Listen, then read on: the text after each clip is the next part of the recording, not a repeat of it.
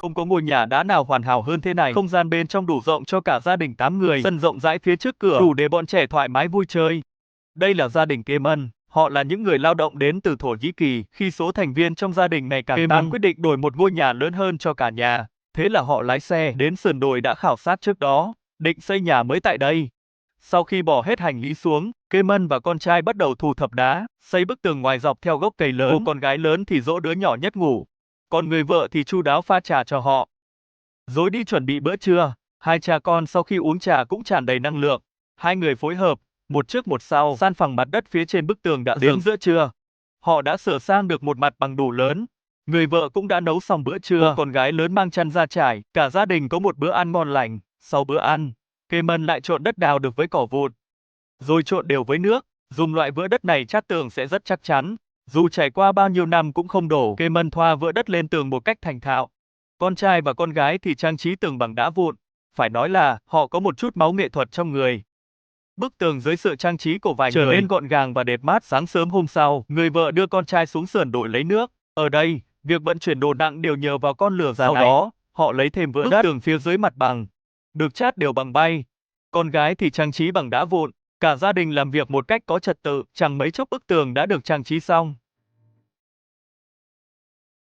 Tiếp đó, con trai trèo lên vách đá để hái vài loại trái cây rừng cho gia đình. Đường đuổi ở đây trông nguy hiểm, và thực tế cũng không an toàn chút nào. May mắn thay, con trai đã trở về ăn trái cây rừng bằng nước, rồi chia cho các em ăn.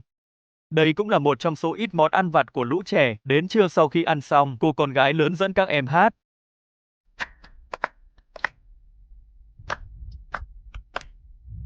Còn người vợ thì ra ngoài mang về một ít cỏ tiên để con lừa già thưởng thức. Dù sao thì con lừa cũng đã gánh vác một phần công việc nặng nhọc trong nhà. Tiếp tục mang đá đến, xây một cái hố đất giống như nhà xí. Đây chính là bếp lò mới toanh của họ. Sau đó, người vợ đi thu thập rất nhiều củi để bảo vệ môi trường tốt hơn. Cô ấy chỉ nhặt những cành cây đã khô. Sau đó, cô ấy dùng dây buộc củi về nhà. Bà ngoại cũng đến thăm vào lúc này, xem có giúp được gì không. Người vợ liền pha cho bà ngoại một ấm trà nóng. Tiếp đó, hai người trộn bột, cán thành bánh rồi nướng trên bếp lò mới.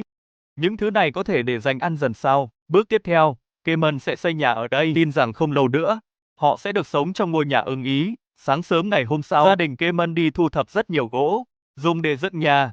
Ông nội cũng đã chờ sẵn ở đây từ sớm, để giúp họ xây nhà. Vài người cầm cuốc và sàng, đào hố móng ở vị trí thích hợp. Cô con gái lớn thì đi thu thập một nắm lá khô, dùng để nhóm lửa đun trà. Tiếp đó, trải chăn ra, để khi họ mệt có thể đến nghỉ ngơi. Dưới sự phối hợp của vài người, chẳng mấy chốc đã đào được 4 cái hố móng. Ngay sau đó, vài người lại san phẳng một con đường xe cút kít có thể đi qua, rồi đẩy chiếc xe nhỏ lên.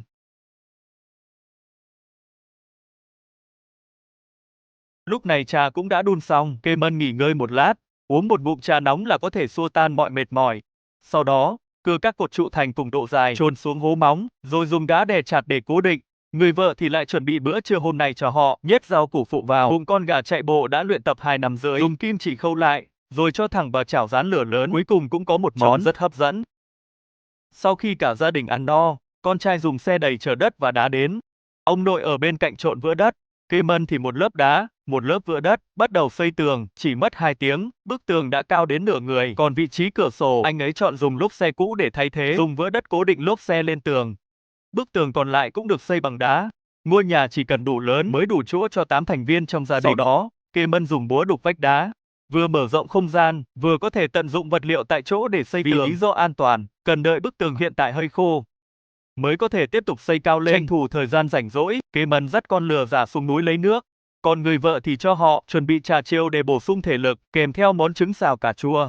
Phải nói là tài nấu nướng của người vợ vẫn khá tuyệt vời. Sau khi nghỉ ngơi, cả gia đình lại tiếp tục công việc xây dựng, mỗi người một việc, tiếp tục xây cao bức tường. Không lâu sau, bức tường phía trước đã hoàn thành toàn bộ. Kemen không dừng lại, ngay lập tức bắt tay vào xây tường bên. Tương tự, sau khi chôn cột trụ, họ dùng vữa đất và đá xây cao lên. Đến chiều tối, bức tường bên đã cao ngang cửa sổ. Ngày hôm sau, tranh thủ lúc mặt trời chưa quá gay gắt, cả gia đình lại bắt đầu làm việc cần mẫn. Hôm nay, người vợ là người chính xây tường, còn Kemen thì dùng vữa đất để gia cố lần thứ 2 cho bức tường. Đến khi tường rào đủ cao, vài người lại trộn vữa đất, chuẩn bị trang trí cho bức tường. Nhưng ông trời lại không chiều lòng người vào lúc này. Mưa trút xuống bất chợt, Kemen vội vàng dùng thân mình che chắn đôi, để em bé không bị dính mưa mà cảm lạnh. Sau đó, anh ấy chuyển đôi vào dưới tảng đá trong nhà, rồi dùng bao tải che lên bức tường vừa xây xong.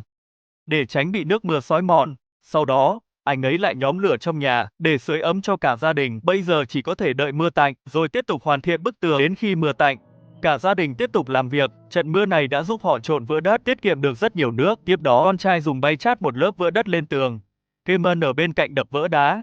Con gái thì dùng đá vụn để trang trí tường. Cô bé còn vẽ hình ngôi sao và mặt trăng lên tường, rồi khảm đá vụn vào. Tuy điều kiện khó khăn, nhưng những nghi thức cần có thì nhất định phải có. Chẳng mấy chốc, bức tường đã hoàn thành. Con gái còn hái một bó hoa dại đặt lên cửa sổ, cũng coi như là một nghi thức khai hoang mới. Vì sườn đồi dốc đứng, rất bất lợi cho việc đi lại, Cayman quyết định đưa việc xây cầu thang vào lịch trình. Anh ấy và vợ đào hình dáng ban đầu của cầu thang trên sườn đồi. Việc này đã tiêu tốn của họ rất nhiều thời gian. Nhưng khi nghĩ đến việc bọn trẻ xuống núi sẽ an toàn hơn nhiều, họ lại tràn đầy năng lượng. Tiếp đó, anh ấy xếp đá lên bậc thang rồi chát vữa đất lên. Cô con gái lớn thì dùng đá vụn để trang trí. Đến giữa trưa, họ mới làm xong 3 bậc thang.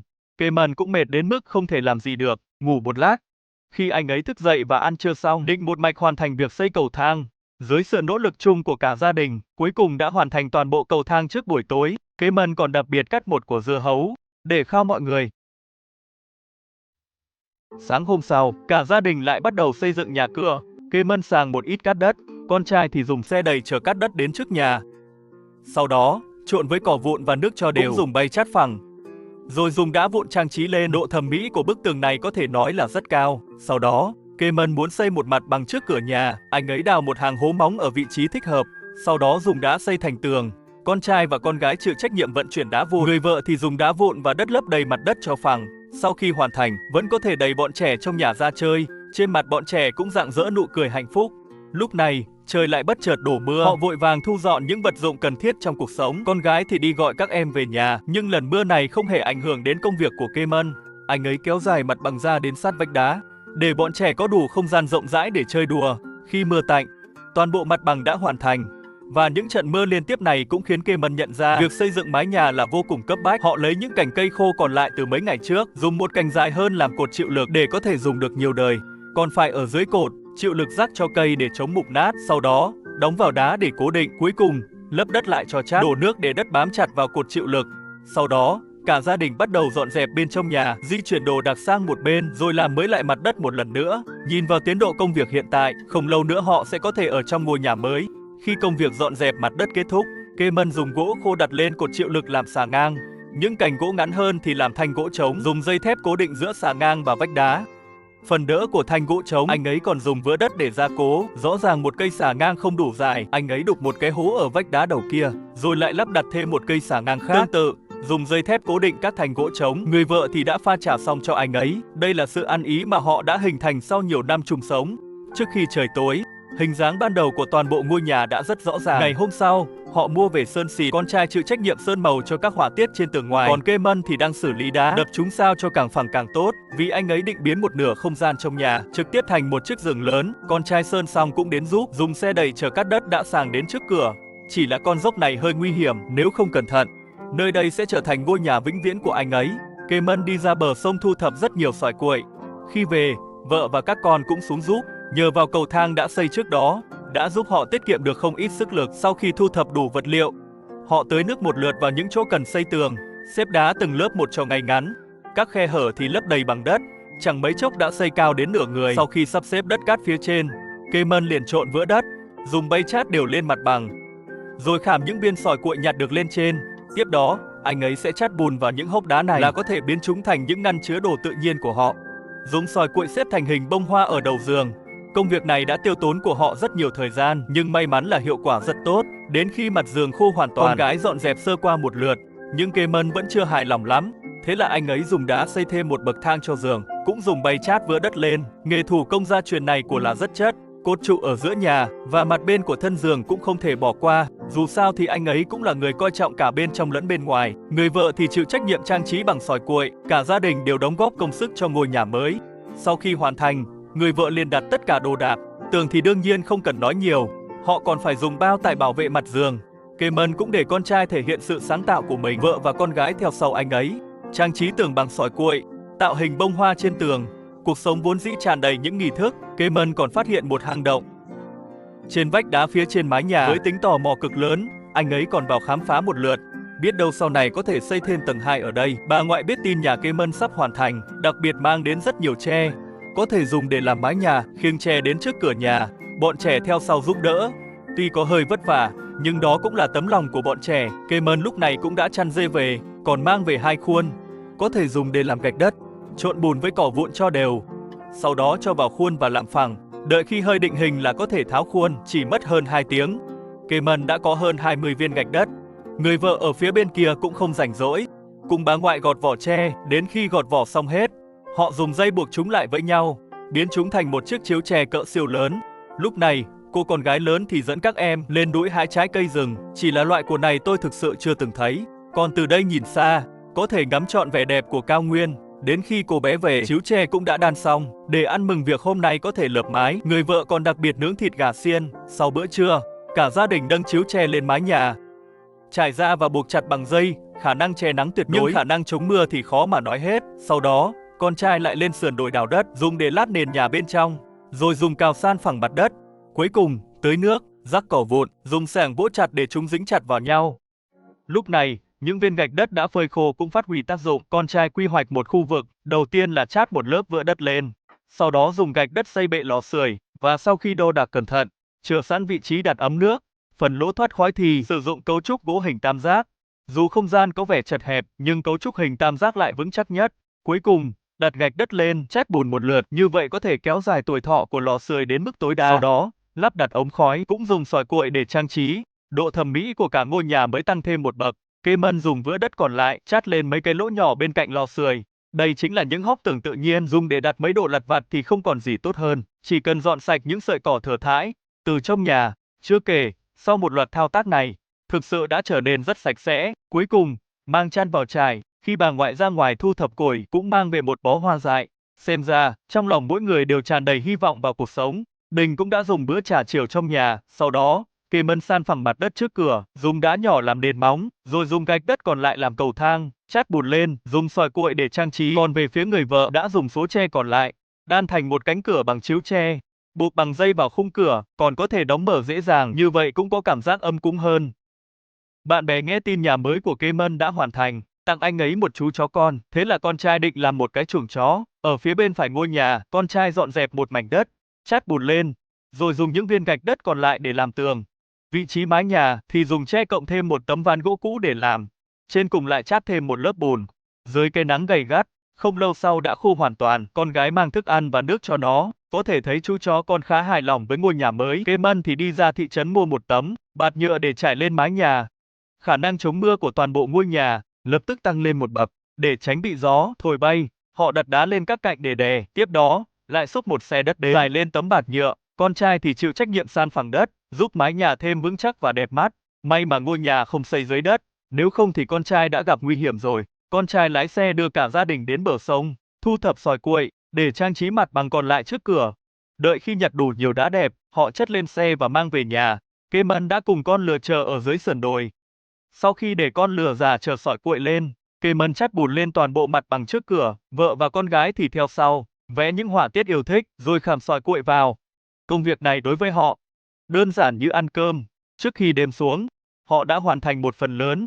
Sáng sớm ngày hôm sau, người vợ ở chỗ người bán rau di động dưới sườn đồi, mua một ít rau củ. Cách cân này khiến người ta hoài niệm.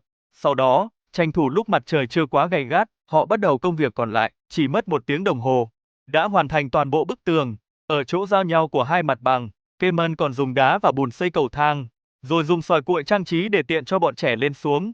Tiếp đó, anh ấy lại đi xử lý đá, chuẩn bị xây một cái cảng đất trên mặt bằng để ăn cơm. Người vợ thì ở trong nhà, làm cho họ một cốc nước ngọt lớn. Sau khi uống xong, Kế Mân cũng tràn đầy năng lượng, trực tiếp bắt tay vào xây cảng đất. Không lâu sau, anh ấy đã xây được hình dáng ban đầu của một mặt bằng, rồi chát bùn xung quanh. Đến khi anh ấy chát phẳng xong, vợ và con gái vẫn dùng sỏi cuội để trang trí. Mặt bàn phía trên cũng dùng phương pháp tương tự, rồi kết hợp thêm cầu thang ở đây, cũng ngày càng có cảm giác ấm cúng hơn.